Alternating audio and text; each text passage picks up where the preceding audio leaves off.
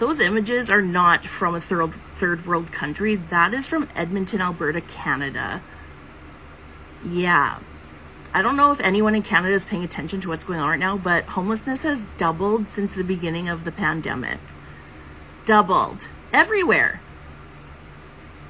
People with jobs who make $40,000 a year, that used to be a pretty decent wage. They can't even afford to buy food now.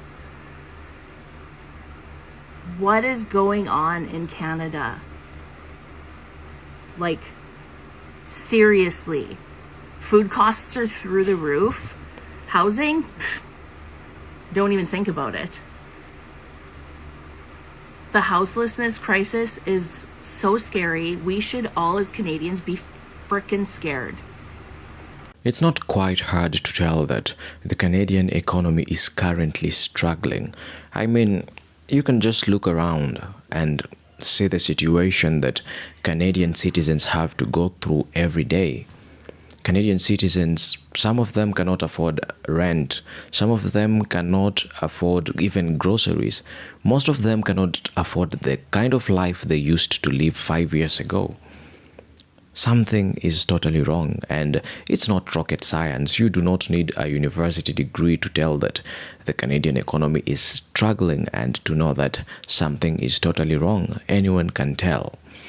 Local tourists or Canadians who choose to tour around Canada, they are not doing the same. So the local tourism is dead.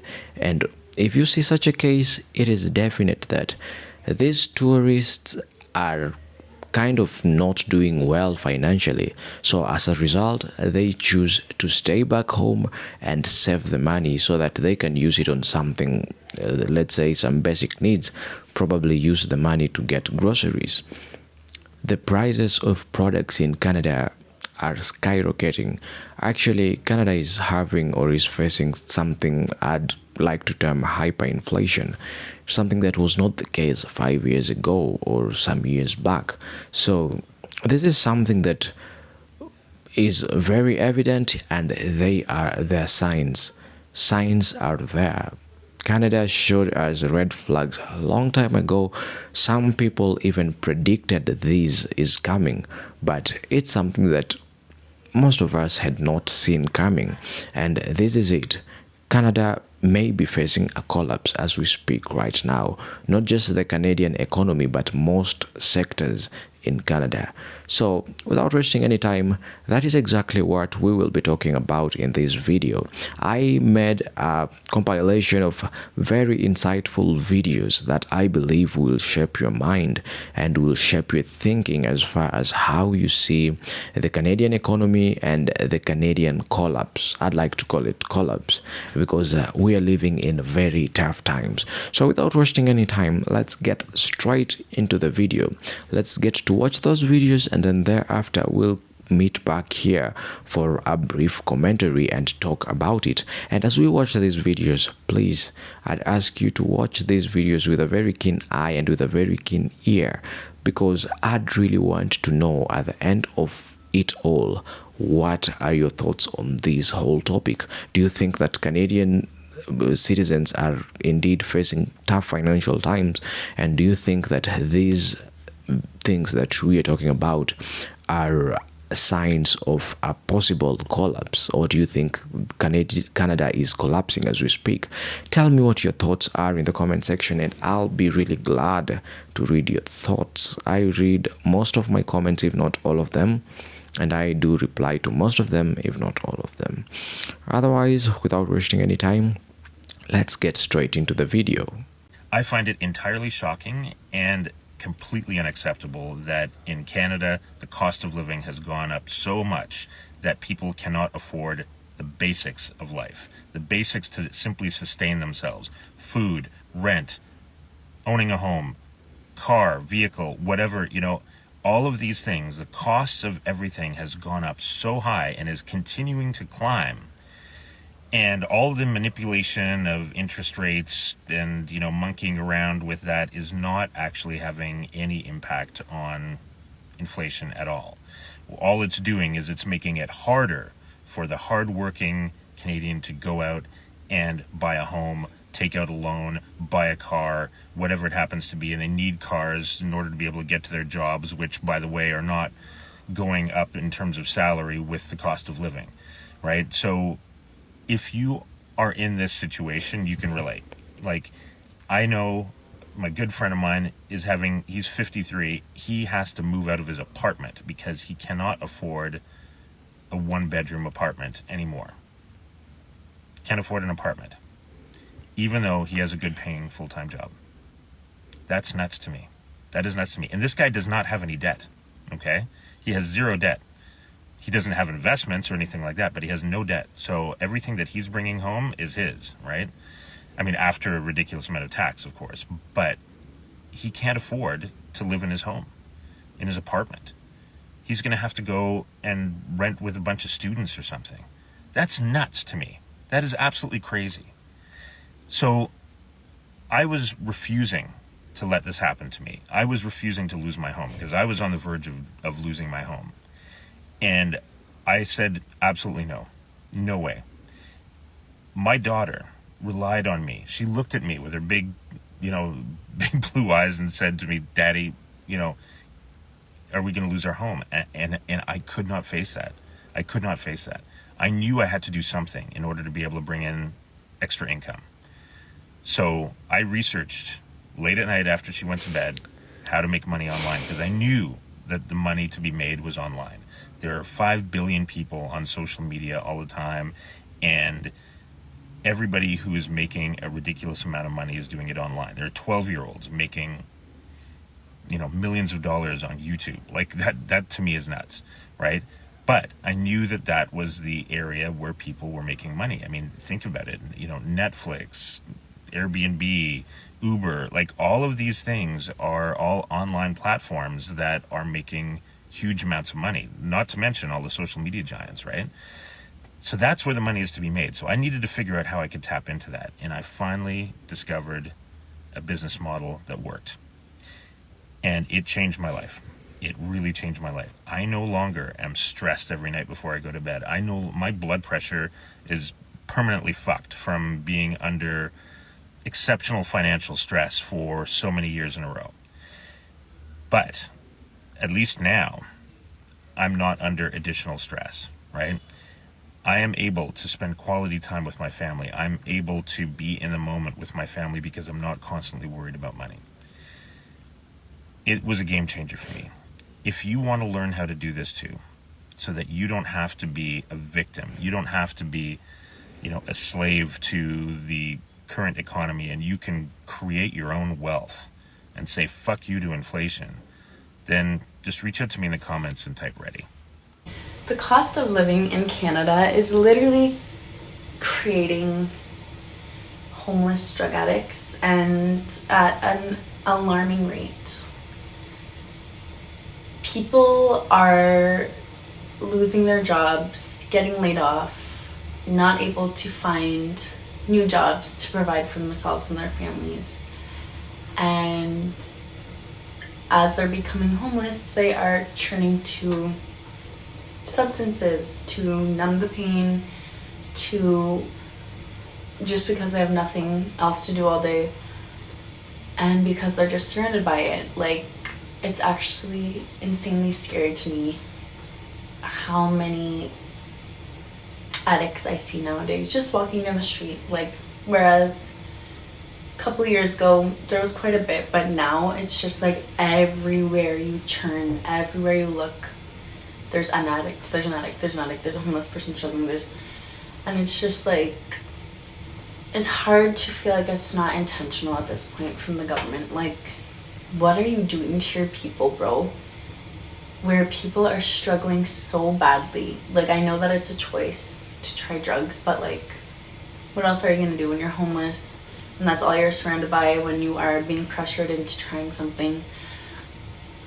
It's actually devastating, and something needs to be done. We need more help, more resources for mental health and for addictions. Yeah, my mom is staying in a shelter herself, and she's like, the amount of people who come in and they're fine, they're just struggling financially, they don't have a home. And then, like, the next week she sees them and they're completely drugged out on crack, on meth. They don't even know what's going on anymore. They're shouting, and it's just like, yeah. Housing needs to be more affordable. We need fucking more free healthcare, more free mental health care, and just more resources, as I said. We need therapists that are available, that are free, that are everywhere, okay? Like, this is getting insane, bro. Fucking sane. And it's just gonna keep getting worse. Lovely, lovely, love it. Thank you, government. So I see a lot of comments saying that Canada is a third world country now, and I used to think, this is just a little bit of a dramatic view until I started thinking about it. Now, Canada is not a developing country yet. It's actually still pretty well developed, but the structure that we're facing right now and the transition that we're facing right now has the makings of a third world country. Now, what do I mean by this? Well, let's have a look at a comparison between what we consider to be a first world country and a third world country. You see, a first world country usually increases its GDP and its wealth by ensuring that its people start gaining more money, or by improving its economy to the point where the value of their money increases. And if the value of the money increases, you would actually need to tax your people less, because once you get that money in taxes, you're able to buy things from overseas at a much lower price due to the increase of value in your money. That, or each individual person makes so much more money that you can tax them at the same rate, but you're still ending up with the same amount of money in your pocket as a government. But how a third world country is run is based off of population.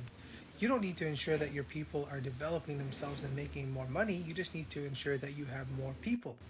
That is why so many third world countries are overpopulated. Because it doesn't matter if each individual citizen is becoming more rich if you have more people. Even if the people make less money, you can just spread those taxes among more people. Because it doesn't matter whether you tax 10 people $1 or if you tax 100 people 10 cents each, you get the same amount of money back. And as long as you condition your citizens to live a lower standard of living, it's okay. Because if you have people that make less money but are used to a lower standard of living, they'll be okay to live 30 people in one house. And after thinking about that, I started to realize that Canada's structure right now is starting to develop into a third world country. It's not a coincidence that the majority of the people that we bring into this country nowadays are used to a lower standard of living. It's also not a coincidence that we're barely developing any infrastructure for more jobs in Canada, but we continue to grow our population as fast as possible. Again, Canada's not a third world country yet, but if you're like me and you have experience in third world countries, you know exactly where this is going.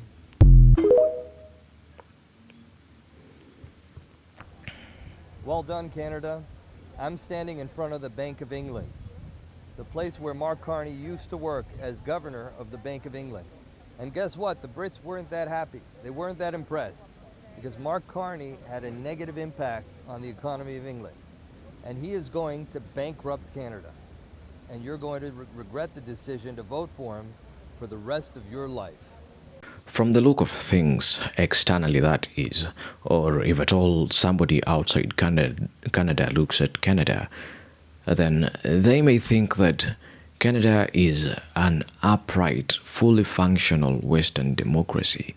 Somebody may think that the Canadian economy is a functional, an upright, and a well-established Western economy. But that's not the case. Canada is currently becoming a third world country for so many Canadians. Because why should you be in a first world country and you cannot afford to pay your bills, you cannot afford to even eat healthy? Most Canadians are struggling even with their meals as we speak right now. And it's something that most people are not just ready to talk about. But that is the sad reality. It's something that's going on. It's something that should be addressed by the government. But the government of the day is more or less not doing or saying a thing about it. If at all there's anything, then they're just beating around the bush. Well, while somebody may think that Canada is fully functional or is upright and stable, actually, stable was the word I was looking for. It's not, at least not for most Canadians, because there is the top 1% of people that is kind of having it easy in Canada. I'm talking about the oligarchs, the politicians. They are having it easy, while the rest of Canada cries. These top 1%, they want everything for themselves. And somebody may ask, why is this the case? Or why are things going down the drain for Canada as we speak? The first reason is capitalism, or I'd like to say, whereby the top 1% wants to control everything and they want everything for themselves. You may ask something like the temporary foreign worker program in Canada that is currently failing Canadians. What do politicians, or what do liberal politicians who are currently defending it, what do they have to benefit?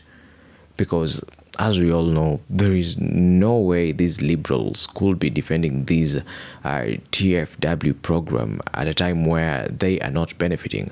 And just so that you know, while while Canadians are suffering from the TFW, meaning that they are not able to secure jobs, these foreigners who come in to do these jobs are also not benefiting from the TFW program.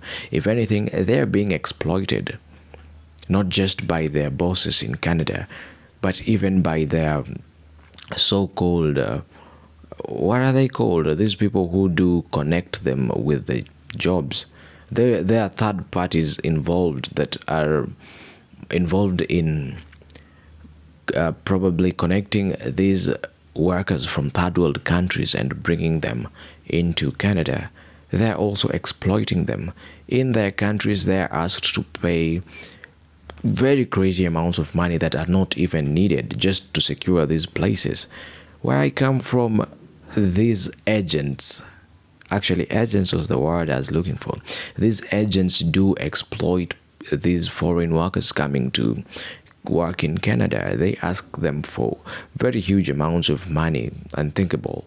And because these workers, or these people do want to better their lives, and they do want to get to Canada where there are greener pastures, they give out money just to get that chance, or to secure a chance in this TFW program. So they give out the money to the agents and then get that in Canada. They are still underpaid. Don't you think that that is exploitation?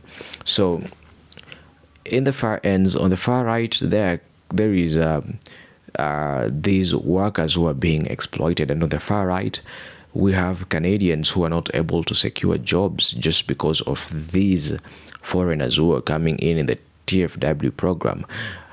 So if both parties, both Canadians and both the immigrants, are not benefiting, then why are these politicians supporting so much this program? You'll realize it's just some sort of capitalism. They have something to benefit, and they do not care at what costs do they profit. The only thing that they care about is the size or the amount of profits that they get. And by underpaying these workers and by exploiting them, they do maximize their profits. So you'll realize that it's just the top 1% trying to control everything that's going on. Another reason, think of it this way: the Canadian dream currently has now turned into wanting to escape all this. Canadians are running away from Canada.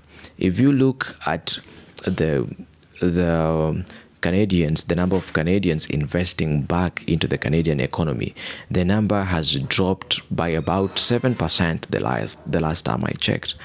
And the number of Canadians investing outside Canada has increased, meaning that Canadians who know very well that Canada is not a good place for them, they are already not investing in Canada, and this kind of takes a toll on the Canadian economy. So they are fleeing from investing at home. These home investors they are no longer investing in Canada, and they are investing in other countries. And that is money that Canada is losing to other nations. We have Canadian investors investing in the US or in America, and there are so many of them investing in America. Not that America is a better place, or not that not that I'm trying to say that America is better, but just so you know that American states are doing better than Canada. One of the most weird statistics I've come across is that half of Canadian provinces have a lower GDP than the lowest or the poorest state in America. Half of the provinces in Canada have a lower GDP compared to the poorest state in America. Think about that. Don't you think that Canada is going down the trenches right now? And the government of the day is really not doing something about it. So I think these are already enough red flags that are in the air. There are red flags that the government should have noticed and kind of tried to address, but that's something that Mark Carney has refused not to do. If anything, he's just making promises, and he's always on vacation. And anyway, that's a story for another day. Anyway, those are just my thoughts. I'd really want to know what your thoughts are concerning all this that's going on. Tell me what you think about this in the comment section. Let's have the conversation. Let's keep the talk going. And I believe it's through such uncomfortable conversations that we get to spark a change or a revolution. And that way, we'll be able to get change, the change that we desire. Otherwise, I'd ask you, at all you enjoy the video, then please give it a thumbs up, and you may also consider supporting this channel by subscribing to it, because if you've not subscribed to the channel, what are you waiting for? What are you still waiting for? Subscribe to the channel and also support this channel by either you can consider buying a membership if you wish, and thereafter you'll be able to see what we have to offer you. Otherwise, I hope to be seeing you in the next video. Thank you, and God bless you.